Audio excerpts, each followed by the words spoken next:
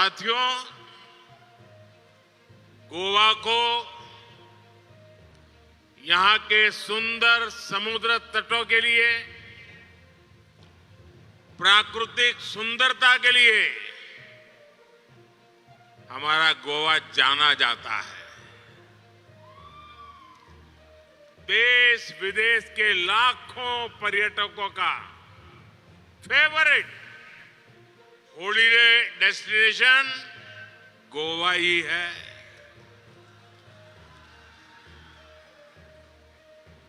किसी भी सीजन में यहां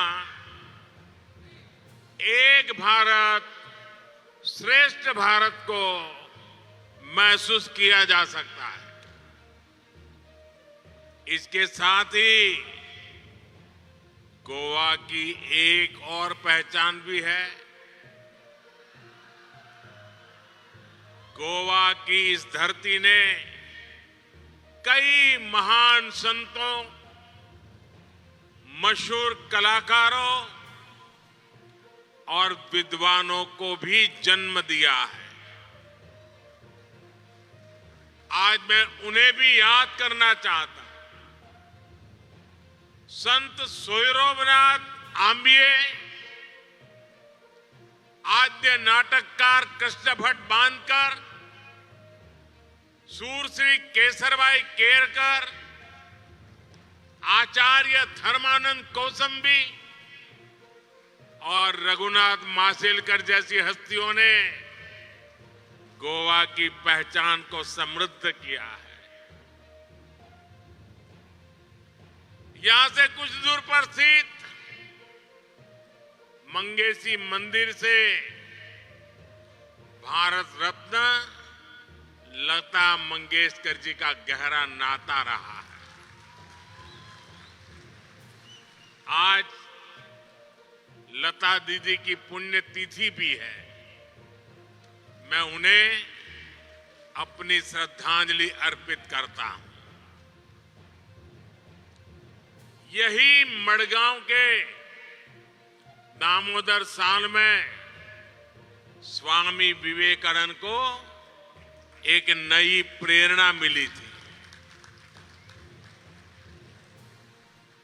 यहां का ऐतिहासिक लोहिया मैदान इस बात का प्रमाण है कि जब देश के लिए कुछ करने की बात आती है तो गोवा के लोग कोई कसर बाकी नहीं छोड़ते। कंकोलिम का चिपटेंस मेमोरियल गोवा के शौर्य का प्रतीक है। साथियों, इस साल एक महत्वपूर्ण आयोजन भी होने वाला है। इसी साल सेंट फ्रांसिस जेवियर के रेलिस की एक्सपोजिशन, जिसे आप गोयंचो साहिब के नाम से जानते हैं, वो भी होने वाली है। हर 2 साल में होने वाली ये एक्सपोजिशन हमें शांति और सद्भाव का संदेश देती है। मुझे याद है जॉर्जिया की क्वीन सेंट केटेवान का जिक्र तो मैं मन की बात में भी कर चुका हूं। सेंट क्वीन केटेवान के होली रेलिस को जब हमारे विदेश मंत्री जॉर्जिया लेकर गए थे तो वहां जैसे उनका पूरा देश सड़कों पर उतर आया था। सरकार के बड़े बड़े प्रतिनिधि तब एयरपोर्ट पर आए थे। क्रिश्चियन कम्युनिटी और अन्य धर्मों के लोग जिस तरह गोवा में मिलजुल कर रहते हैं, वो एक भारत श्रेष्ठ भारत की बहुत अद्भुत मिसाल है। साथियों, अब से कुछ देर पहले गोवा के विकास के लिए 1300 करोड़ रुपए की योजनाओं का लोकार्पण और शिलान्यास हुआ है। शिक्षा, स्वास्थ्य और पर्यटन से जुड़ी ये परियोजनाएं गोवा के विकास को और रफ्तार देगी। आज यहां नेशनल इंस्टीट्यूट ऑफ टेक्नोलॉजी और national institute of water sports के कैंपस का उद्घाटन हुआ है। इससे यहां पढ़ने और पढ़ाने वालों की सुविधा और बढ़ेगी। आज यहां जिस इंटीग्रेटेड वेस्ट मैनेजमेंट फैसिलिटी का उद्घाटन हुआ है, उससे गोवा को स्वच्छ रखने में मदद मिलेगी। आज यहां 1900 से ज्यादा युवाओं को सरकारी नौकरी का नियुक्ति पत्र दिया गया है। मैं आप सभी को इन सभी कल्याण कार्यों के लिए बहुत बहुत बधाई देता हूं। मेरे परिवारजनों, गोवा क्षेत्र और आबादी के लिहाज से भले ही छोटा है, लेकिन सामाजिक विविधता के मामले में हमारा गोवा बहुत बड़ा है।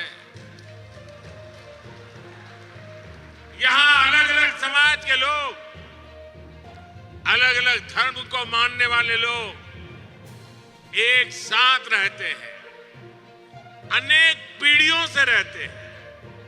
इसलिए गोवा के यही लोग जब बार बार बीजेपी की सरकार चुनते हैं, तो इसका संदेश पूरे देश को जाता है। बीजेपी का मंत्र सबका साथ, सबका विकास का है। देश में कुछ दलों ने हमेशा डर फैलाने की, लोगों में झूठ फैलाने की राजनीति की है, लेकिन गोवा ने ऐसे दलों को करारा जवाब दिया है और बार बार दिया है। साथियों, अपने इतने वर्षों के राज में गोवा की भाजपा सरकार ने सुशासन का एक मॉडल विकसित किया है। स्वयं पूर्ण गोवा, इस अभियान को जिस प्रकार गोवा गति दे रहा है, वो वाकई अभूतपूर्व है। इसी का परिणाम है कि आज गोवा के लोगों की गिनती देश के सबसे खुशहाल लोगों में होती है। डबल इंजन की वजह से गोवा के विकास की गाड़ी तेज गति से आगे बढ़ रही है। गोवा वो राज्य है जहां के 100% घरों में नल से जल पहुंच रहा है। गोवा वो राज्य है जहां 100% घरों में बिजली कनेक्शन है। गोवा वो राज्य है जहां घरेलू एलपीजी की कवरेज 100% हो चुकी है। गोवा वो राज्य है जो पूरी तरह केरोसिन मुक्त है। गोवा पूरी तरह खुले में शौच से मुक्त राज्य बन गया है। केंद्र सरकार की प्रमुख योजनाओं में से कई योजनाओं में गोवा 100% सैचुरेशन हासिल कर चुका है। और हम सब जानते हैं, जब सैचुरेशन होता है तो भेदभाव खत्म हो जाता है। जब सैचुरेशन होता है तो हर लाभार्थी तक पूरा लाभ पहुंचता है। जब सैचुरेशन होता है तो लोगों को अपना हक पाने के लिए रिश्वत नहीं देनी होती। इसलिए मैं बार बार कहता हूं कि सैचुरेशन ही सच्चा सेक्युलरिज्म है। सैचुरेशन ही सच्चा सामाजिक न्याय है। यही सैचुरेशन गोवा को, देश को मोदी की गारंटी है। इसी सैचुरेशन के लक्ष्य के लिए अभी देश में विकसित भारत संकल्प यात्रा चलाई गई थी। गोवा में भी 30,000 से ज्यादा लोग इस यात्रा से जुड़े। जो कुछ लोग सरकार की योजनाओं से अब भी वंचित रह गए थे, उन्हें भी मोदी की गारंटी वाली गाड़ी से बहुत लाभ मिला है। भाई और बहनों, कुछ दिन पहले जो बजट आया है उसमें भी सैचुरेशन के, गरीब से गरीब सेवा के हमारे संकल्प को मजबूती दी है। आप जानते हैं कि हमने 4 करोड़ गरीब परिवारों को पक्का मकान देने का लक्ष्य पूरा कर लिया। अब हमारी गारंटी है कि 2 करोड़ और परिवारों को घर बना करके देंगे। और मैं गोवा के मेरे साथियों आपसे भी कहता हूं, आपके गांव में, आपके इलाके में अगर कोई परिवार पक्के घर से छूट गया हो, अगर आज भी वो झुग्गी झोपड़ी में रहता है, तो उनको बताना मोदी जी आए थे, मोदी जी ने गारंटी दी है कि आपका मकान भी पक्का बन जाएगा। इस बजट में पीएम आवास योजना के तहत इसके विस्तार की घोषणा की है। हमने 5 लाख रुपए तक के मुफ्त इलाज की सुविधा देने वाली आयुष्मान योजना का भी विस्तार किया है। अब आशा वर्कर और आंगनवाड़ी वर्कर्स को भी मुफ्त इलाज की गारंटी मिल गई है। साथियों, इस बजट में हमारे मछुआरे साथियों पर भी बहुत ध्यान दिया गया है। मत्स्य संपदा योजना के तहत मिलने वाली मदद अब और बढ़ाई जाएगी। इससे मछुआरों को अधिक सुविधा और साधन मिलेंगे। इससे सी फूड के एक्सपोर्ट में बहुत बड़ी वृद्धि होगी और मछुआरों को ज्यादा पैसा मिलेगा। ऐसे प्रयासों से फिशरीज के सेक्टर में ही लाखों नए रोजगार बनने की संभावना है। साथियों, मछली पालकों के हित में जितना काम हमारी सरकार ने किया है, उतना किसी ने पहले नहीं किया। हमने ही मछली पालकों के लिए अलग मिनिस्ट्री बनाई, अलग मंत्रालय बनाया। हमने ही मछली पालकों को किसान क्रेडिट की कार्ड की सुविधा दी। हमारी सरकार ने मछली पालकों की बीमा राशि को 1 लाख रुपए से बढ़ाकर 5 लाख कर दिया है। उनकी नावों को आधुनिक बनाने के लिए हमारी सरकार सब्सिडी भी दे रही है। भाई और बहनों, भाजपा की डबल इंजन सरकार गरीब कल्याण के लिए बड़ी योजना चलाने के साथ ही इंफ्रास्ट्रक्चर पर रिकॉर्ड इन्वेस्टमेंट कर रही है। आप खुद देख रहे हैं देश में कितनी तेजी से रोड, रेल, एयरपोर्ट का विस्तार हो रहा है। इस वर्ष के बजट में इसके लिए 11 लाख करोड़ रुपए रखे गए हैं, जबकि 10 वर्ष पहले इंफ्रास्ट्रक्चर पर 2 लाख करोड़ रुपए से भी कम खर्च किया जाता था। जहां भी विकास के प्रोजेक्ट चलते हैं, वहां रोजगार की नई संभावनाएं जन्म लेती हैं। इससे हर व्यक्ति की कमाई बढ़ती है।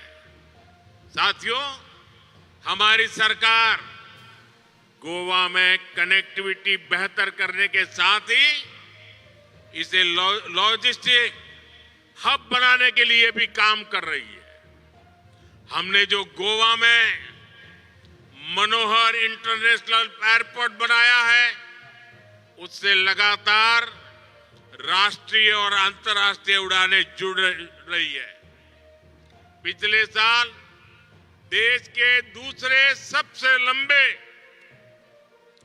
केबल ब्रिज न्यू जुआरी ब्रिज का लोकार्पण किया गया। गोवा में इंफ्रास्ट्रक्चर का तेज विकास, नई सड़कें, नए पुल, नए रेलवे रूट, नए शिक्षा संस्थान, सभी कुछ यहां के विकास को नई गति देने वाले हैं। साथियों, भारत हमेशा से नेचर, कल्चर और हेरिटेज की दृष्टि से समृद्ध रहा। दुनिया में लोग अलग अलग तरह के टूरिज्म के लिए अलग अलग देशों में जाते हैं। भारत में हर प्रकार का टूरिज्म एक ही देश में एक ही वीजा पर उपलब्ध है। लेकिन 2014 से पहले जो सरकार देश में थी, उसने इन सभी पर इतना ध्यान नहीं दिया। पहले की सरकारों में पर्यटक स्थलों के विकास के लिए, हमारे समुद्री किनारों के विकास के लिए, द्वीपों के विकास के लिए कोई विजन नहीं था।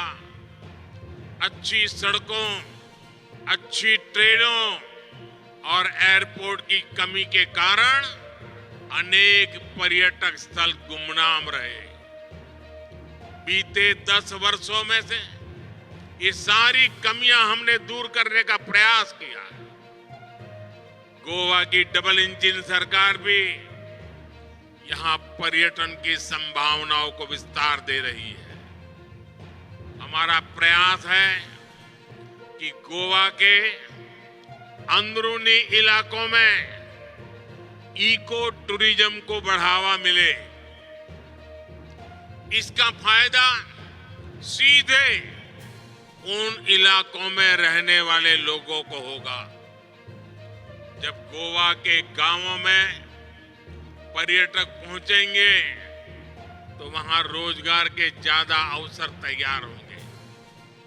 पणजी से रीस मगोस को जोड़ने वाला रोपवे बनने के बाद यहां पर्यटकों की संख्या और बढ़ेगी। इस प्रोजेक्ट के साथ आधुनिक सुविधाएं भी डेवलप की जाएगी।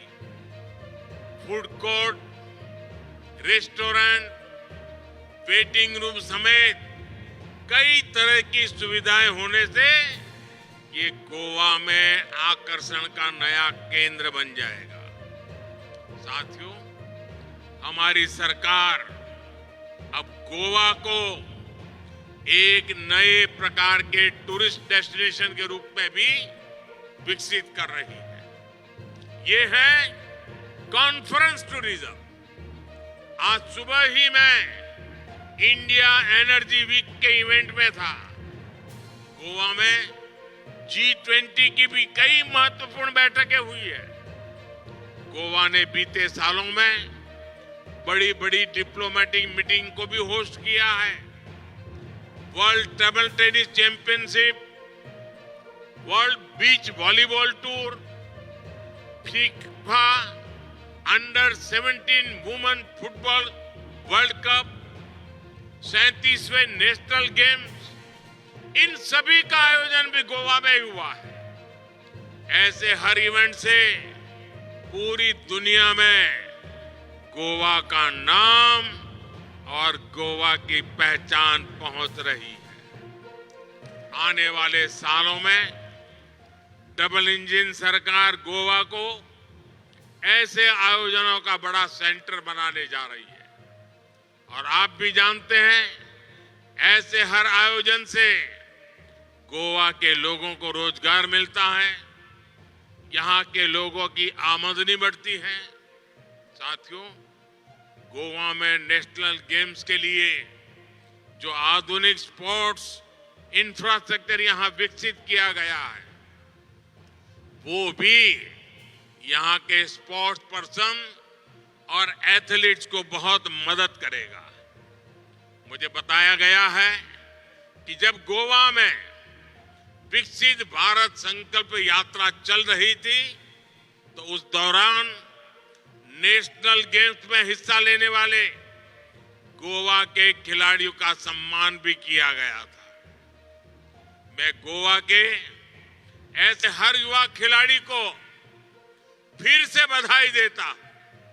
और साथियों, जब खेलों की इतनी बात हो रही है, तो गोवा के फुटबॉल को कौन भूल सकता है। आज भी गोवा के फुटबॉल खिलाड़ी, यहाँ के फुटबॉल क्लब देश और दुनिया में अपनी पहचान रखते हैं। फुटबॉल जैसे खेल में अमूल्य योगदान के लिए गोवा के ही ब्रह्मानंद संखावकर जी को हमारी सरकार ने 2 साल पहले पद्म पुरस्कार से सम्मानित किया था। आज हमारी सरकार खेलो इंडिया के माध्यम से फुटबॉल सहित अनेक खेलों को आगे बढ़ा रही है। साथियों, स्पोर्ट्स और टूरिज्म के अलावा पिछले कुछ वर्षों से गोवा की एक और पहचान देश भर में बनी है। हमारी सरकार गोवा को एक बड़े एजुकेशन हब के रूप में प्रमोट कर रही है। यहाँ के कई संस्थान देश भर के स्टूडेंट्स के लिए ड्रीम इंस्टीट्यूट बन गए हैं। आज जो नए संस्थान शुरू हुए हैं, वो भी गोवा के युवाओं को देश में बन रहे नए अवसरों के लिए तैयार करेंगे। युवाओं के लिए भी हमारी सरकार ने बजट में एक महत्वपूर्ण ऐलान किया है। रिसर्च और इनोवेशन पर 1 लाख करोड़ रुपए का फंड बनाया जाएगा। इससे टेक्नोलॉजी के क्षेत्र में इनोवेशन को बढ़ावा मिलेगा और इसका फायदा इंडस्ट्री को होगा, हमारे युवाओं को होगा। भाइयों और बहनों, गोवा के तेज विकास के लिए सबका प्रयास जरूरी है। मुझे गोवा के सभी परिवारजनों पर पूरा भरोसा है। मुझे विश्वास है कि मोदी की गारंटी से गोवा के हर परिवार का जीवन बेहतर होगा। फिर एक बार आप सभी को इन विकास कार्यों की बहुत बहुत बधाई देता हूं। बहुत बहुत धन्यवाद। भारत माता की, भारत माता की, भारत माता की। बहुत बहुत धन्यवाद।